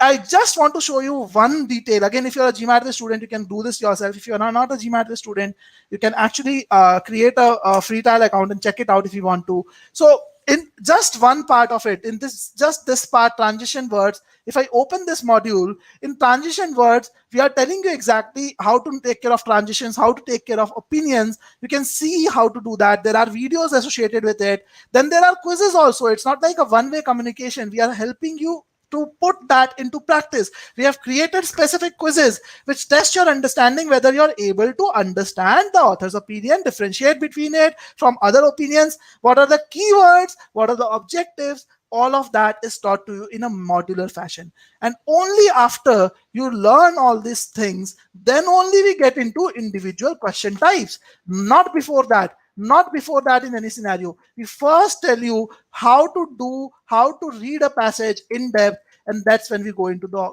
question type. In fact, 9 hours just to teach you how to read a passage, then there is more effort which is given towards purpose of the passage. If you remember that, there's more effort which is given on intent of the passage. Then we go into individual question types. This is where we are teaching you how to solve the inference detail related questions. So if you want to register for a free trial and check it out yourself, you can do so. What I wanted to tell you was primarily that always remember that you have to build the skills in this format itself. You have to start with understanding the passage, reading the passage. And that's where the 3 skill levels come into pictures. A lot of you might be thinking, okay, what is the 3 skill levels Piyush, you are talking about?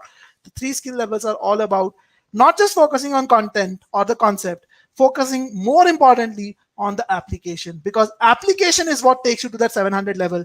And once you have worked on the application, only then you go to the 3rd skill level, which is fine tuning. I'll talk about the 2 skill levels also in the next 15-20 minutes. I'm going to cover all of that. So as I said, the first step here lies at SC, and that's why I'm going to bring it up. So always remember, in verbal, you should not be starting with RC. If you are starting with RC, that's a very, very wrong thing that you are doing. Please don't do that. In verbal, there are 3 skills which are tested: comprehension, analytical reasoning, and focus on main point. Comprehension is basically pausing and contextualizing individual sentences. That's the only skill which is tested on SC, on top of the grammar knowledge that you need to have. But that's the only skill which is tested. In CR, both these skills are tested. Comprehension and analytical reasoning, but intent is not tested. Focus on main point is not tested. That's tested in RC. So if you actually focus on doing SC, then CR, then RC, that will be the best possible thing for you to do in general to improve your strategies. Okay, so that is the right sequence that one needs to follow, and that's why in our GMAT course also we recommend you that sequence. In fact, if you're a GMAT student, you don't need to worry about planning your studies at all. The entire platform is an AI-driven platform which will give you clear milestones for each element that you have to go through. And this is not just a task list. You can actually click on any activity over here and actually start learning. So you don't need to worry about when to do what. Everything is going to be taken care of from day 1 till day 0, day 0 till day end. Every single day, you can actually do it from the portal itself. But in general also, if you are studying on your own, do SC first, then do CR, and then do RC. So this is a personalized study plan. So if you want to create a personalized study plan, I'm going to share a link with you that you can use to create a personalized study plan and make your life simple by leaving it on the portal to create it for yourself. And this is an adaptive plan. This changes every single week. You can see a task assigned to you every week. You can start from right there. You can click on this and you can get started right here. And every single week, the plan will adapt as well. Okay. So if you want to sign up for this free study plan, personalized study plan, you can click on this link as I've shared earlier. Okay. Now, so learn the right methods. As I said, for SCCRRs, you have to follow the steps. But in the beginning, for every topic or every module, you need to learn the right methods. In SC, you need to learn the method of meaning. Focus on understanding the intended meaning. Okay, meaning driven approach. In CR, you have to do framework driven pre-thinking. Again, today is not the best time to talk about CR as well. We have already discussed a lot in depth about the RC thing. But in CR, you have to do framework driven pre-thinking, not just general pre-thinking, framework driven pre-thinking. And in RC, you have to focus on involved and evolved reading. So if you want to learn this methodologies in depth, you can actually register for the webinar series. In case you have not done so, I'm going to give you quickly the link over here, so you guys can use this link to register for it. But in general, the idea is, in order to learn these approaches for every topic, when I say a topic, I mean topics like prime numbers. Again, this is an example for Quant. From verbal, take example of modifiers or assumption or anything. Whenever you're learning a topic, don't just like go through the concepts. Stage one should be learning concepts, but then you should again master a methodical approach. Try to apply that methodical approach on every single question that you're solving. So do one question at a time, but apply that methodical approach over there, and then only practice more questions on that topic. So when you're doing stage two, some of you might think, okay, Piyush, you're saying in stage two also practice questions, stage three also you're saying practice questions. What's the difference? Okay, the difference is that in stage two, you're not off, or your objective is not to get the questions right or wrong. Your objective is basically to learn the method, to apply a certain methodology, and tally your understanding with the solutions to ensure that you have actually learned it better.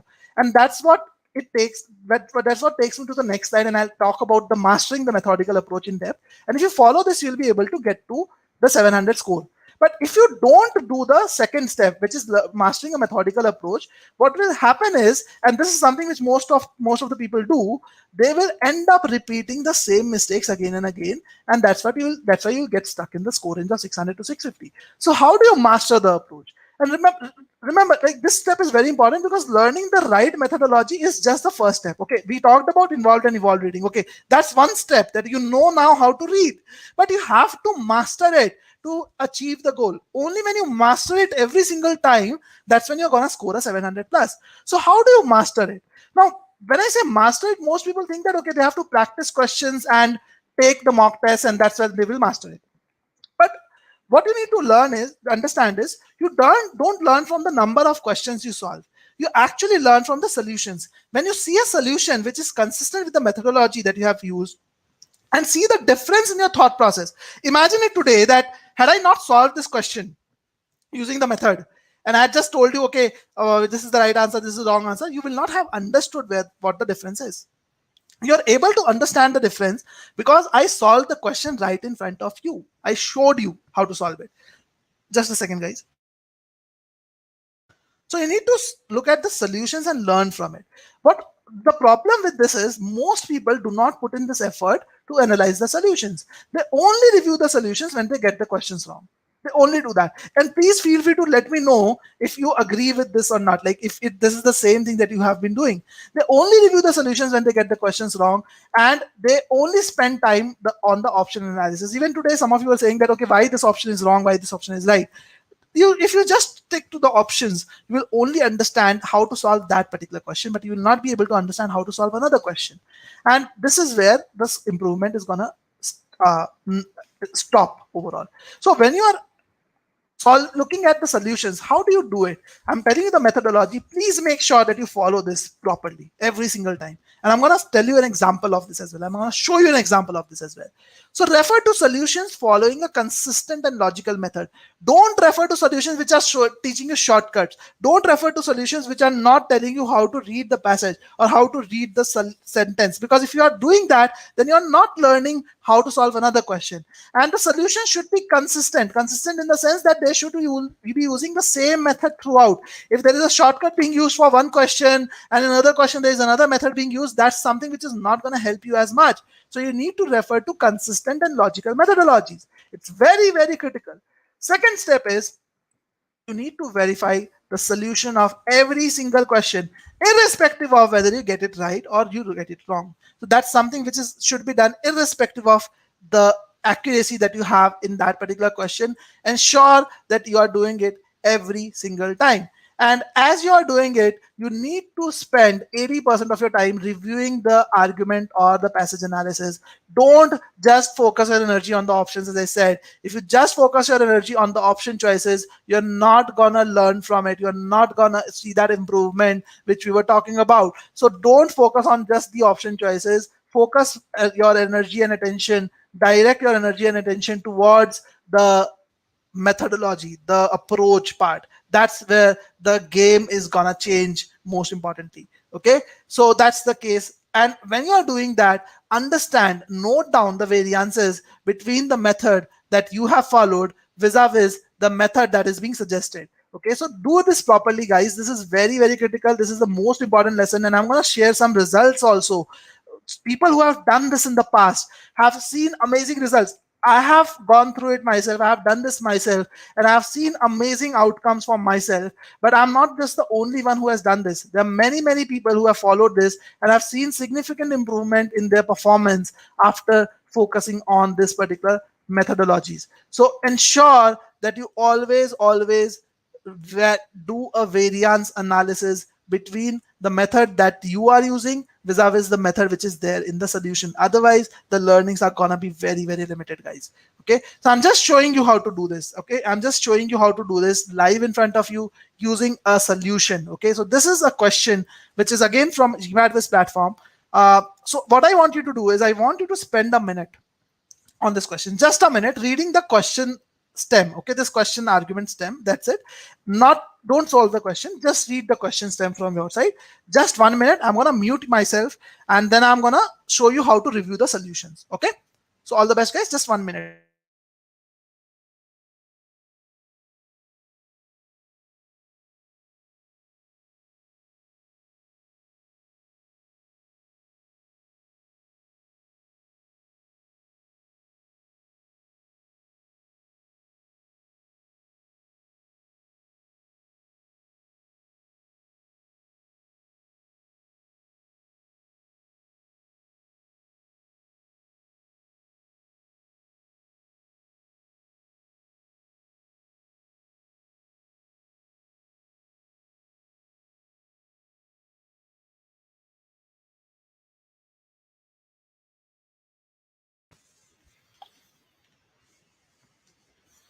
Okay, guys, so I guess most of you would have read it by now.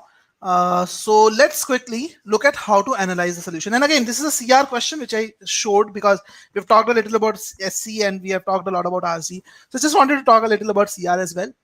So what we do is, again, this is a level of detail that we provide in our solutions on the platform, but you need to look at solutions in a similar level of detail. And what you need to do is, okay, when I read the first sentence, you need to match your understanding with this understanding over here and ensure that you also came to this level of inference, that your understanding was exactly the same which is mentioned over here.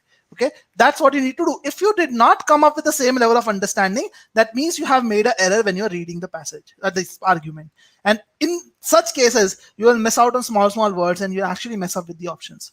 Then you read the second sentence and you ask yourself very honestly that when I read the second sentence, did I relate the meaning of both these pieces together? And did I come to this level of inference or not? Did I come to the same level of inference or not? If you did not come to the same level of inference, then also you have a scope for improvement.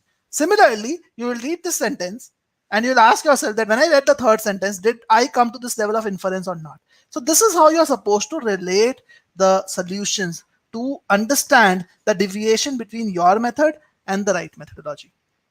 Okay, is this clear to all of you guys? Quick yes, no here. I would like to see. Again, there's no polling option, so I'm so sorry. I have to type. I have to put in. I have to ask you to put in the effort to type things. So, quick yes, no, guys. Is this clear to you how to review the solutions? Because I just want to ensure that you guys are very, very clear about this part. Okay, let's see some responses from you. Okay, Hemant says that's clear. Great, Hemant. Thank you so much. Okay, what about others? Okay, Mughal also says yes. So great, happy to know that. So basically, that's what you need to do. And in fact, if I look at some of the other students, as I said, I'm not the only one who has improved. A lot of other people have actually done that. So I want to talk about this guy Akshat. Again, very significant improvement from 650 to 730 in just a record time of 24 days. And when I was discussing with him what changed, what happened in this 24 days, which was not happening before, what was the main thing that changed, he shared that he was focusing on improving his understanding of the methodologies. That's what his focus was, because 650 told him clearly that the concepts are not a problem. Only problem is with methodologies. So for example, as I said, framework driven pre-thinking is what he did in CR. And then he used to review the solutions in depth for the correct answers as well, ensuring that he always identifies the patterns in incorrect answer choices. This is one very, very important discussion that we had. He told me that he was focusing on the incorrect answer choices, that what are the patterns in the incorrect answer choices. In fact, at GMAT Wiz, we try to tell this to our students in the solutions also, that if one answer choice is incorrect, why is it incorrect? Why is it distorted, out of scope, or something like that? So he used to match his understanding that, okay, I thought it is out of scope, but is it really out of scope, or did I get lucky? So he used to match it, because of which he started looking at patterns, identifying the patterns. He understood those patterns and he was able to identify them on the test as well. Then he revisited his weak areas to improve his understanding further, and then believed in himself during the test, and that's when he was able to get to 730 score.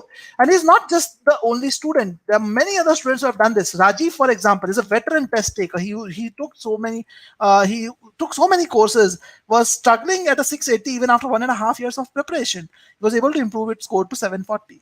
Ravi, on the other hand, scored a 520 after a year of studies. Only a 520 after a year of studies, solved tons and tons of questions. He improved his score to 760. And both of these people, again, when I talk to them or with Akshat or any other student, the main thing that they talk about is meaning, the understanding, the contextualization, the methodology part of it. So please make sure that you focus on the strategies. So if you also need help for a retake, or even if you are a fresh test taker and you want to help you want my help, let's say, for your planning of your studies, then we can actually connect over a discussion, have a one-on-one call, because in this webinar, again, I'm sure it is not possible for me to talk about all of you, and everyone will have different situations. As I said, there are some different factors which are supposed to be taken into account, like how much time is available with you, what's your target score like, which sources you have used till now, what are your strengths and weaknesses, because all the students that I talked about were very different in all these parameters. What are the methods that you use right now, and what is the learning style? So depending on these factors, we can actually connect over a call if you guys need any advice from me. This is a free consultation call that you can book one-on-one with me using this link which I have shared to discuss your strategies. But I'm going to cover a general overview of the right strategies, the right thought process as well right now. But in case you want to schedule a one-on-one discussion with me and you want to discuss your strategy, you can use this thing. Even if you're not a retaker, you're a first-time test taker, but you have some doubts around your prep, whether you're going in the right direction or not, you can feel free to schedule a call with me using this link. So let me quickly tell you how to go about going through these things in an organized manner. So as I said, there are 3 skill levels. The first 2 skill levels, we were talking about concepts, then mastering the methodology. So we have told you how to master the methodology. The idea is learn the right approach, just summarizing, master the approach on each topic, as I said earlier, and then take 1 or 2 module-wise tests to fine-tune. And when you're taking those module-wise tests, a module basically means number properties, algebra, sentence correction, critical reasoning, etc. These are modules basically.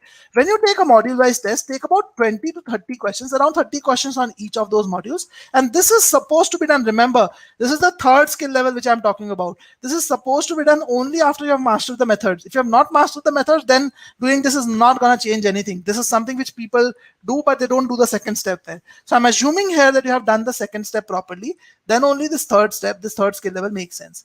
So once you have taken this module-wise test, you should categorize individual topics. Again, when I say topics, I mean prime numbers, modifiers. Topics are the next level of things in the hierarchy below SC and all of that. Okay, SC is module. The other ones are topics. So categorize each topic into 2 buckets. If your score is less than 60% in it, that means you have conceptual gaps in that area. If your score is between 60 and 85%, it means you have application gaps. You know the concepts, but when it comes to applying those concepts strategically on the GMAT, that's where you're struggling. So try to take those 2 things separately, because there are 2 different problems that you're facing. Now, if you're a GMAT student, again, you can get this data from the dashboard itself. You can come to your dashboard, you can click on individual modules. It will automatically show you which are the areas that you have to improve upon. It will give you a lot of information around it, both for quant as well as verbal. You can go through it yourself. If you're not a GMAT student, you have to do it manually, but you can do this same level of analysis, understand what's your overall score in individual topics. And once you have done that, you need to tackle them differently. For areas where you have conceptual gaps, there the thought process should be different. You need to revise. I shouldn't have used the word learn. Let me use the word revise. You need to revise the concepts and the formulas, because most likely you have even forgotten those things. So revise those concepts and the formulas once again, and then learn how to solve the question. So then try to also work on the application. So again, if you're a GMAT student, you have so we have for solution learning how to solve the question, we have a concept booster file specially dedicated concept booster lessons in each topic. So please do those as well to learn how to solve the questions. And then practice 15 to 20 questions on that topic to build your confidence level. Okay. However, if you have only application gaps in something, there's no point in revisiting the concepts. You just need to learn how to solve questions methodically. So again, as I said, methodically is the most important word. Use the concept booster files from the course and you can do it. And then practice 10 to 15 questions. That should help overall. So the idea is, in simple terms, to improve your weak areas, revise the concepts, solve and review the solutions. That's very important. And your focus should be on learning application. And remember, don't focus on doing tons of questions. A lot of people come and ask me, sir, how many questions should I solve? Is 20 questions enough? Is 40 questions enough? Is 100 questions enough? I say, focus on quality. I've known people, I've done this myself. When I did not solve a lot of questions, but my improvement was significantly better, but because I focused on learning from each question. So focus on quality rather than quantity. And then scale up the same thing. Once you have done this for individual modules, once you have optimized your weak areas in the modules, take sectional tests. Sectional tests, by sectional tests, I mean Quant tests and verbal tests. And then only move to the mock test phase. And after you are taking this sectional test, after each mock or even after sectional test, reiterate this process. If your score is below expectation, okay, and focus on application gaps as well. Don't just focus on concepts. So you might have to reiterate this process, but if you do it properly, remember these 3 skill levels are the ones you have to focus on. First, learn concepts, then learn the strategy or the methodology to solve, and then focus on fine tuning. This is the common thread amongst all our students who have achieved success. Okay. This brings me to the end of the webinar. It was a pretty long webinar. Again, I did not expect it to go too long, but I wanted to cover a very important lesson in RC today. So it was a mix of RC as well as the strategy. So feel free to ask me any questions that you might have right now for me. I'm formally opening it up for the Q&A part. And if you have any questions later on also that pops up in your mind, you can actually mail me on this email ID. And you have my WhatsApp number as well over here. So you can even send me a message on the WhatsApp number. I'm available on that if you want to speak. And if you really like this webinar, do give it a thumbs up so that more and more people are able to benefit from the same, and do share it in your network. That will help more and more people help reach it, like access it.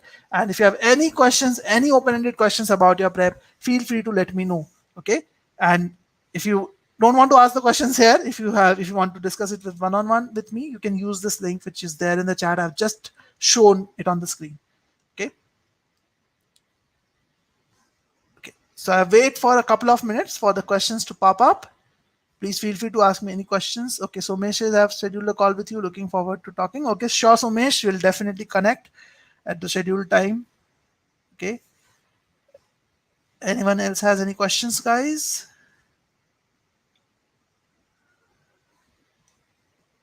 Okay, so Ratul is saying in the one-on-one call, does the ESR of previous attempt help you to analyze? Yes, in fact, Ratul, I love to analyze ESRs. I'm a very data-driven person.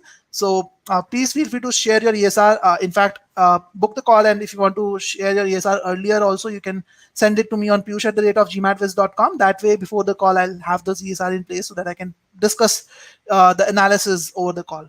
So please do that.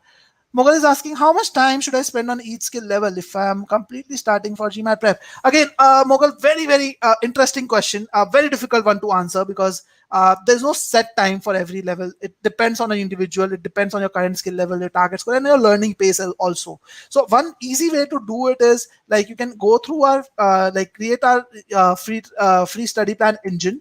I'm just giving you the link. You can actually use this link to create a free study plan for yourself. The content will be limited in access. You will not be able to access the entire content, but at least you can see the study plan. In this case, the AI will take some inputs from you and give you an estimate. But remember, the estimate is also going to be not that accurate right now. It will become accurate as you learn. So on our platform, you have this mechanism where the AI learns more about you and gives you better accurate outcomes. But in general, if you ask me, Mughal, the idea is that you need to dedicate about 100 hours of effort approximately on building all the skill levels required for verbal, about 100 hours for quant approximately. That is the approximate time. You can easily increase or decrease it by 40-50 hours here and there. That's the general time. Then a little more time is needed for practicing and the other phases. Okay. Sure, Sai. I'm happy to know that you like the webinar. So do give it a thumbs up if you have not given it yet. So that will help more and more people benefit from the same. And I'll definitely look forward to discussing with you on the call. Okay, Hemant says, is it advisable to power through R.D. Sharma books to relearn the concepts, or is it inefficient? So, Hemant, R.D. Sharma is gonna focus on a lot of things which are not tested on GMAT. To be very honest, if you're very weak in quant, then probably RD Sharma is advisable. One more thing you can do is probably go through the free trial of GMAT Viz. We do start from the very basic stuff as well. In the free trial, we have the first lesson we have is primes, but in our paid course there are 10 more lessons before it. So at least try to go through it. You will be able to understand. Like in our platform, we are just sticking to the GMAT stuff, and we are starting from the very basics also. So you can check it out. If you're very weak in quant, then probably like doing RD Sharma can help. But you have to understand which topics are tested on GMAT. That's the kind of effort you have to put in. So Mesh says, would you recommend offline GMAT exam considering the online one does not have an ESR? So Mesh, honestly speaking, there's a little bit of benefit of that ESR, that you can actually sometimes understand where you went wrong. So yeah, if you're not sure about your attempt, you're not very confident, then probably go and take it from the test center to get the ESR with you. Otherwise, yeah, there are multiple benefits of the online test that I see. You can take it from the comfort of your home. And now that they have changed so many things and made it comparable to the test center format, I find it a little better, more enticing, to be very honest. Okay. So Ratul, the cost of subscribing to GMAT Viz differs from product to product. So if you are looking at the complete package, which is the Quant plus verbal package, we offer it for $249. If you are from India, you'll be charged 17,990 in INR.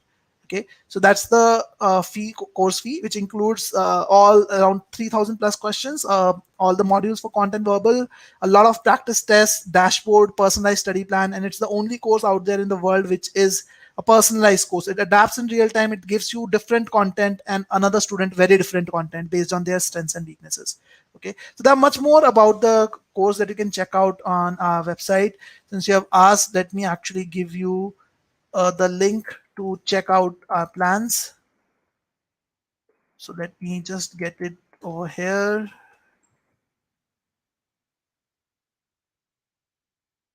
This is a link to check out our online plans. If you are interested in private tutoring, we do offer private tutoring as well. That's a different service. You can check it out on our website as well. Okay. Okay. Thank you, Hemant. Happy to know that the discussion helped. Okay, guys. So this is the link for GMAT Viz plans. As I said, we have a complete package for $249. That's pretty effective, which you can check out. Okay, so I don't see any other questions. So I'll just wait for another 10 seconds maybe. If any of you has any question, please let me know.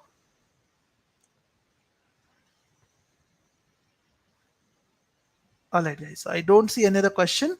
So it was great interacting with all of you. I tried to do my best. I tried to talk about my lessons, the mistakes that I did and how I improved upon them, and how those mistakes, those things have helped so many students improve their scores. So I hope this webinar was helpful. All the best for your prep. Feel free to reach out to me on the contact details which I've shared on your screen. I look forward to discussing with you. All the best, guys. Thank you so much.